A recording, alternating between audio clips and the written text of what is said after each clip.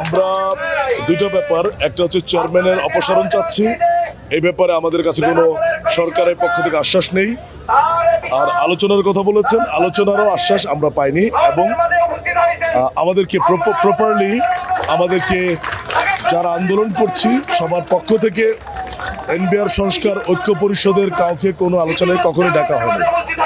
কারণ একটাই, উনি রাজস্ব প্রক্রিয়া সংস্কার প্রক্রিয়াকে ব্যাহত করছেন, সরকারের সাথে আমাদের দূরত্ব সৃষ্টি করছেন। এই জুন মাসে রাজস্ব আহরণকে ব্যাহত করছেন, রেভিনিউ ধ্বংসকারী এবং দমন নিপীড়ন চালানো। এনবিআর ইতিহাসে উনি একটা যুদ্ধ অবস্থা তৈরি করেছেন। Very simple as that. কার্যক্রম চলমান থাকবে। আমরা আজকে মার্চ, তো আপনি বোঝেন এই ওয়েদারে আমরা মার্চে আছি, আপনারাও ঘেমে যাচ্ছেন।